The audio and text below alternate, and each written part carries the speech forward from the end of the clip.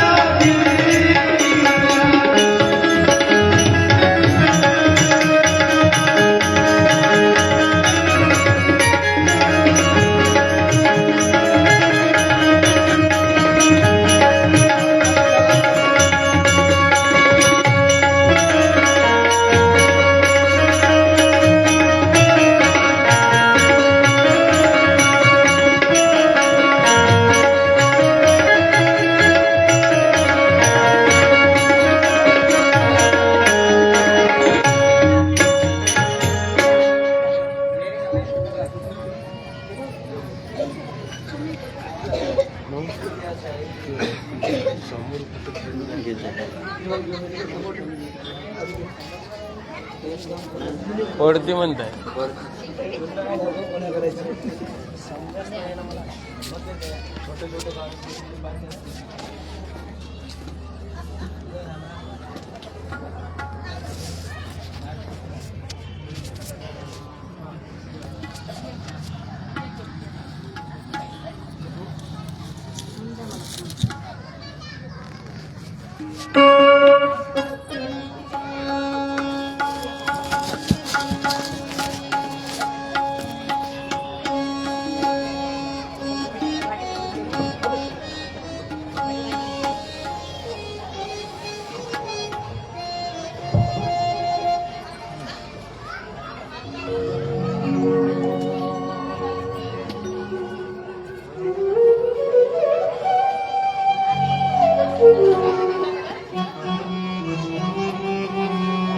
गोपाल कृष्ण भगवान की जय। श्री रामचंद्र भगवान की जय। जगदम्बा माता की जय। बजरंग बली भगवान की जय। माऊली ज्ञानेश्वर महाराज की जय। जगद्गुरु तुकाराम महाराज की जय। वंदनीय राष्ट्र संत तुकडोजी महाराज की जय।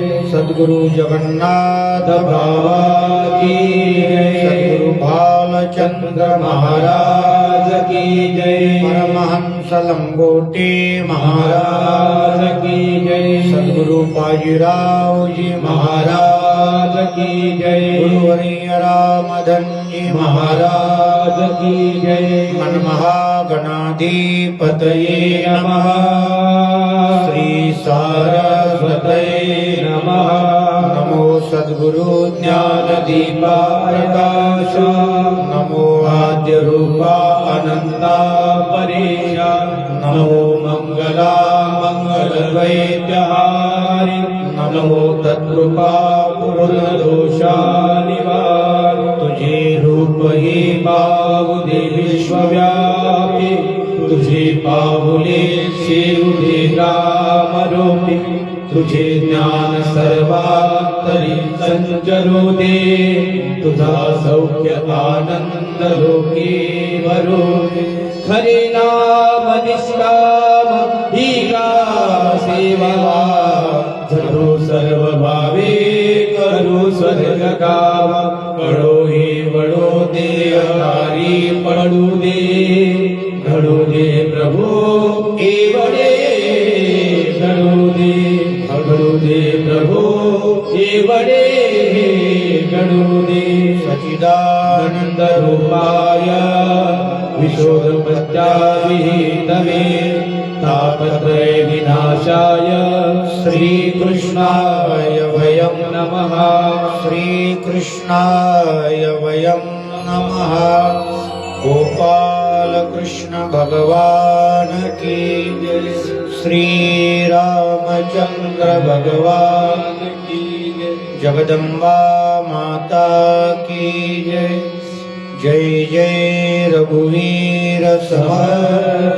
नमः पार्वती पतये हर हर महादेव।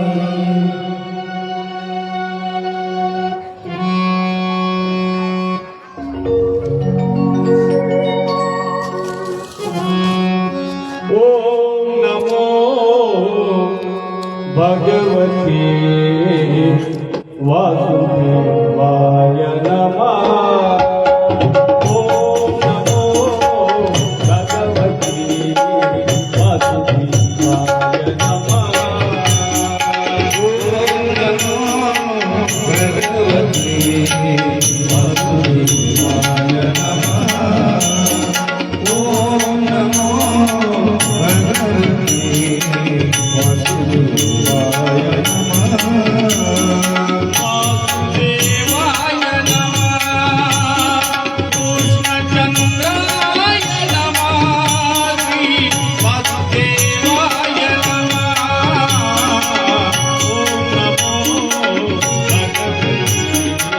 वासुदेवाय नमः।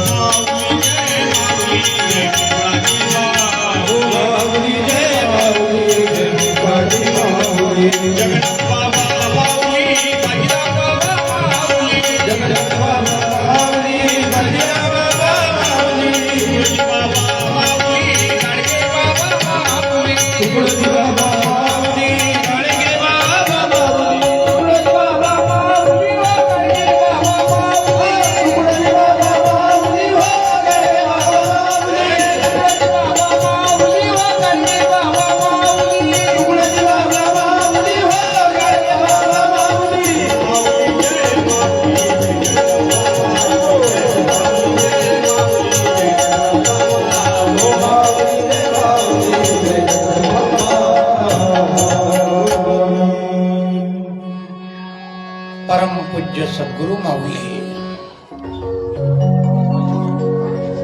आणि असे चराचरामध्ये वास करणारी अध्यात्म शक्ती कथेकरिता आलेले ब्रह्मांड नायक भगवान परमात्मा स्थान दैवत भगवान पांडुरंग परमात्मा माऊली ज्ञानोबाराय बाबा जगन्नाथ ग्रामदैवत भगवान महादेव कैलासपती आई जगदंबा हनुमंतराय पंचकृषी मध्ये वास करणारे देवी देवता साधू सज्जन भगवत भक्त मंडळी व्यासपीठावर विराजमान रोशन महाराज बावणे, सूर्यवान महाराज गुंजेकर, पुरुषोत्तम महाराज पेटकुले, सचिन दादा कापसे, समस्त महाराज मंडळी, विनेकरी टाळकरी आमचे धांडे बाबा, तद्वत बाहेर गाऊन कथेकरिता आलेले कथाप्रेमी, या कार्यक्रमाचं आयोजन करणारी आयोजक मंडळी, ज्यांनी सर्वांनी हातभार लावला ती मंडळी, तद्वत समस्त ग्रामवासी शिरपूर जनता जनार्दन आपणास वंदन करून आज या सप्ताहातील अंतिम सत्राच्या हरिकथेला स्पर्श करूया. बोलिये श्रीमद भागवत महापुराणी गहव परम बोलित इतिहासा गहव परम बोलित इतिहासा हरे भगवासा हरे भगवासा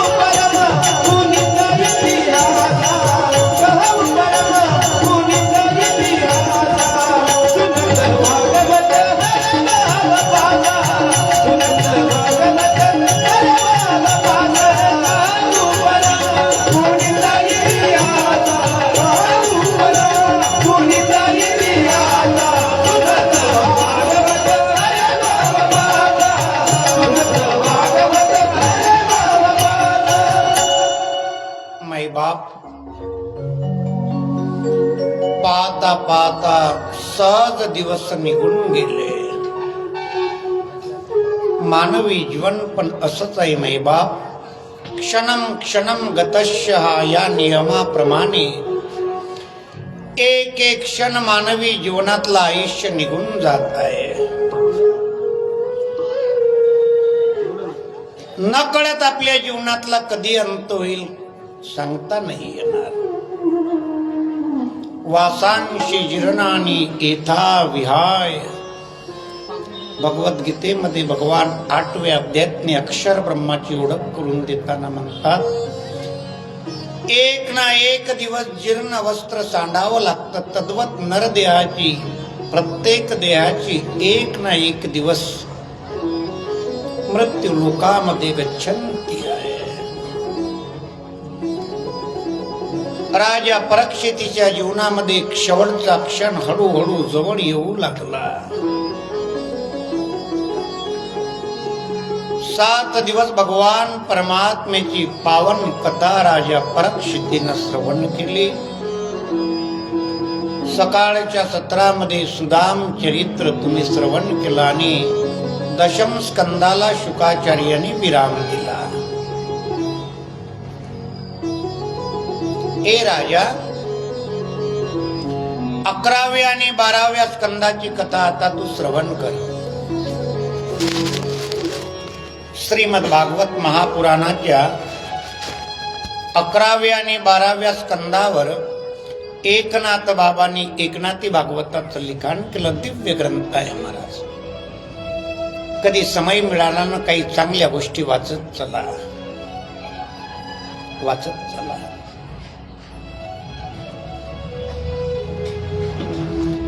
एकदाची गोष्ट आहे. कणकल नामक क्षेत्रावर फार साधू संतांची मैफिल गोळा झाली.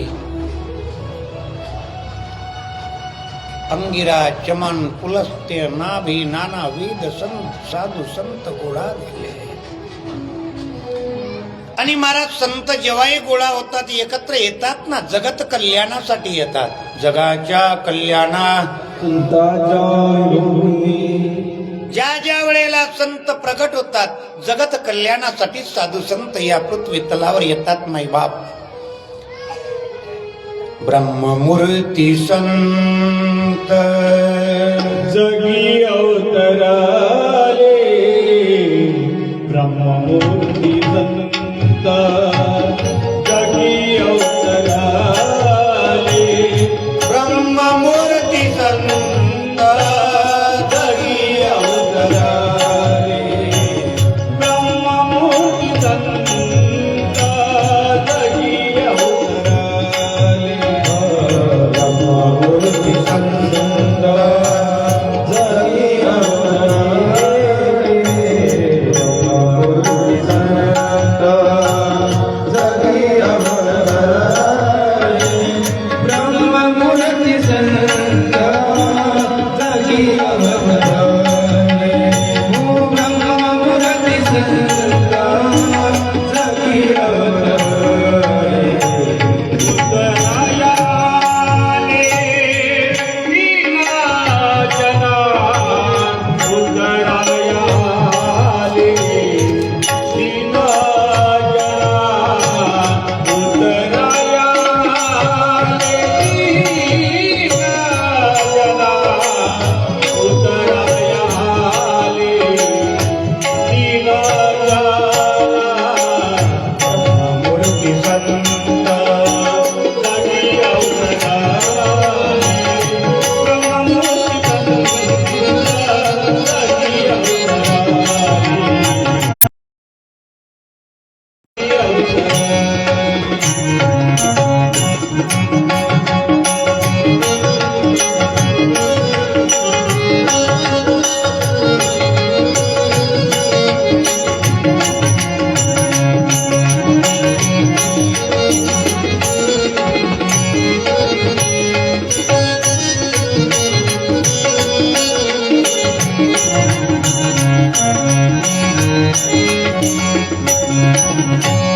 ज्या ज्या वेळेला या पृथ्वी तलावर साधू संत येतात, जगत कल्याणासाठी येतात.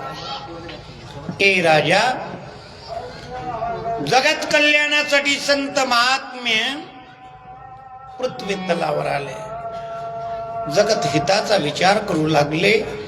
भगवान कृष्ण परमात्म्याचा एक पुत्र साम मदिरापान करून साधू संतांच्या महफिल मध्ये गेला. पोटाला चिंध्या बांधला. स्त्री मुलगा होत की मुलगी होत सांगा? चिंध्या बांधल्या पोटाला. संत म्हणाले, बाळा, अरे साधू संतांची मस्करी बरी नाही, साधू संतांची निंदा बरी. एक गोष्ट ऐका दादा, जमत संत साधू संतांच्या 4 हात लांब राहा. हा,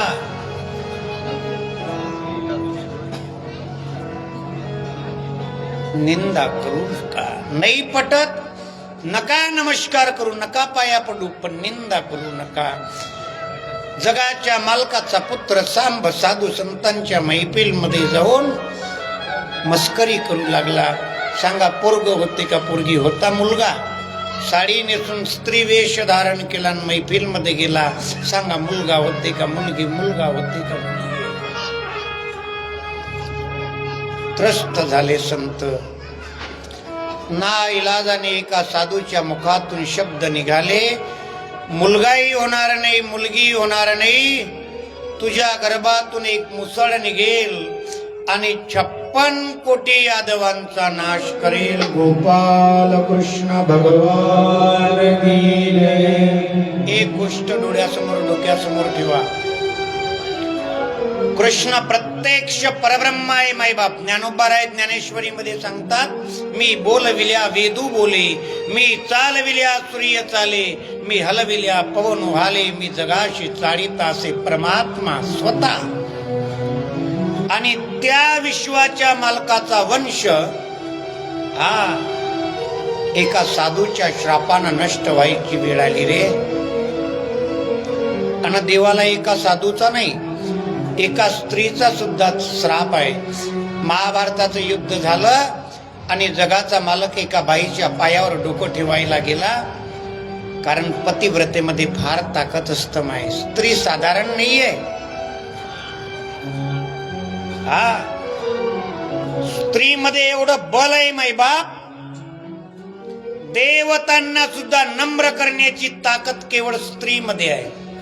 जगाचा बाप त्या स्त्रीच्या पायावर डोकं ठेवायला गेला आणि त्या स्त्रीने जगाच्या मालकाला कृष्ण परमात्म्याला श्राप दिला. जशा प्रकारे मला 100 लेकरं होते, 101, एकही उरले नाही ना. श्राप आहे या पतिव्रतेचा, तुझ्याही वंशामध्ये दिवा लावायला कुणी राहणार नाही. नीट आहे का? प्रत्यक्ष परब्रह्म परमात्मा आहे, पण यांना 2 व्यक्तीचा श्राप मिळाला, एका साधूचा आणि स्त्रीचा. मायबाप, हे 2 व्यक्ती जीवनामध्ये काही गोष्ट लक्षात ठेवा. या दोघी 2 व्यक्ती जर प्रसन्न झाले ना महाराज, ब्रह्मांडातील समस्त सुख तुम्हाला देऊ शकतात.